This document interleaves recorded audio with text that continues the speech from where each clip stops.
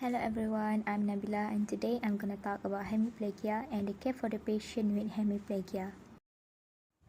Hemiplegia can be defined as paralysis of the muscle of the lower face, arm and leg on one side of the body. The degree of hemiplegia depends on the location and extent of the injury. Hemiplegia causes like stroke, brain infections, brain trauma and genetics. And it also can be caused by brain tumors.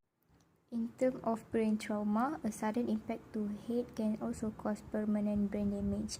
If the trauma only affects one side of the brain, hemiplegia can develop. Common causes of trauma include car collision, sports injury, and assault. The care for patients with hemiplegia, firstly, is about diet. In some patients with hemiplegia, they might face dysphagia. Food needs to be either strained, pureed, or sliced very thin. So special technique is needed to assist the dependent stroke patient with swallowing, including placing the fork or spoon far back in the mouth and spoon feeding liquids instead of allowing the patient to drink from a glass.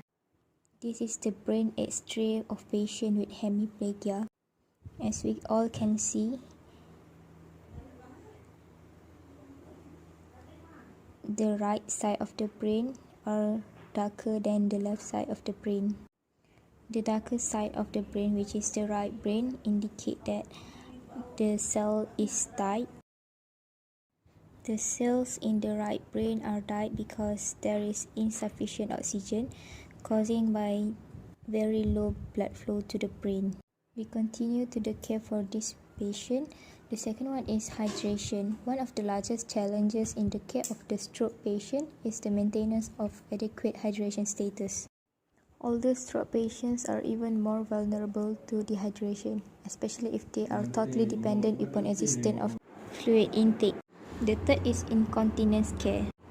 Care providers must ensure due diligence when providing perineal care to prevent skin breakdown and the development of urinary tract infections.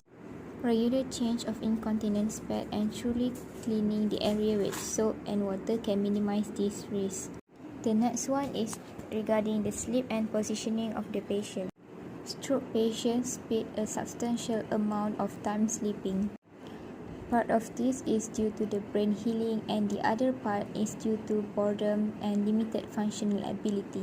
So positioning becomes very important to help limit the development of complications such as spasticity and contractures in the hemiplegic patient. This is also done to prevent pressure ulcer by frequently repositioning patient every 2 hours to prevent the stress on the skin. Lastly is the physical activity. Although hemiplegic patients are severely limited in their movement, nursing assistants should be aware that regular exercise can be done through passive exercise training. And that's all from me. Thank you for watching.